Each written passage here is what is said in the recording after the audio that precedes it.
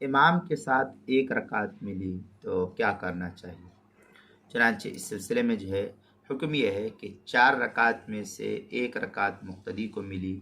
تو اگر مقتدی کو 4 رکعت والی نماز میں سے صرف ایک ہی رکعت ملی ہے تو امام کے سلام پھیرنے کے بعد پہلی 2 رکعتوں میں سورہ فاتحہ کے بعد سورت ملائے گا مقتدی، اور آخر کی ایک رکعت میں صرف فاتحہ پڑھے گا اور رکوع کر کے آخر تک اپنی نماز کو مکمل کرے گا، اس کی نماز ہو جائے گی۔ چنانچہ در مختار ما شامیہ میں ہے فمدرک رکعتا من غیر فجر یاتی برکعتین بفاتحہ وسورہ وتشہد بینہما استری بینہما وبرأیت الرباعی بفاتحہ فقط۔ یہ در مختار ما شامی کی عبارت ہے، جلد نمبر 1 صفحہ نمبر 596، باب الامامہ مطلب فیما لو اوتی بالرکوع او السجود کے تحت جو نقل کیا، جو ایچ ایم سعید کراچی کا چھپا ہوا نسخہ، اس کے اندر حلبی کبیری صفحہ 469 فصل فی سجود السہو فروع سبق برقعہ، جو سہیل اکیڈمی لاہور کا چھپا ہوا نسخہ، اس کے اندر فتاوی شامیہ میں مزید ہے لو ادرکہ فی رکعۃ الرباعی یقضی رکعتین بفاتحہ وسورۃ ثم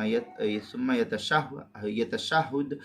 ثم یأتی بالثالثہ بفاتحہ۔ اس طریقے کے الفاظ جو ہے فتاوی شامی جلد نمبر 1 صفحہ نمبر 596، باب الامامہ، جو ایچ ایم سعید کراچی پاکستان کا چھپا ہوا نسخہ، اس کے اندر فتاوی ہندیہ جلد نمبر 1 صفحہ نمبر 91، الفصل السابع فی المسبوق واللاحق، الباب الخامس فی الامامہ، جو مکتبہ رشیدیہ کوئٹہ بلوچستان کا چھپا ہوا نسخہ، اس کے اندر نماز کے مسائل کا انسائکلوپیڈیا جلد نمبر 2 صفحہ نمبر 130، حروف تہجی چا، عنوان ہے 4 رکعت میں سے ایک رکعت ملی، اس کے تحت جو اس کو نقل کیا ہے، اور کیا نام ہے، نماز کے مسائل کا انسائکلوپیڈیا جلد نمبر 1 صفحہ نمبر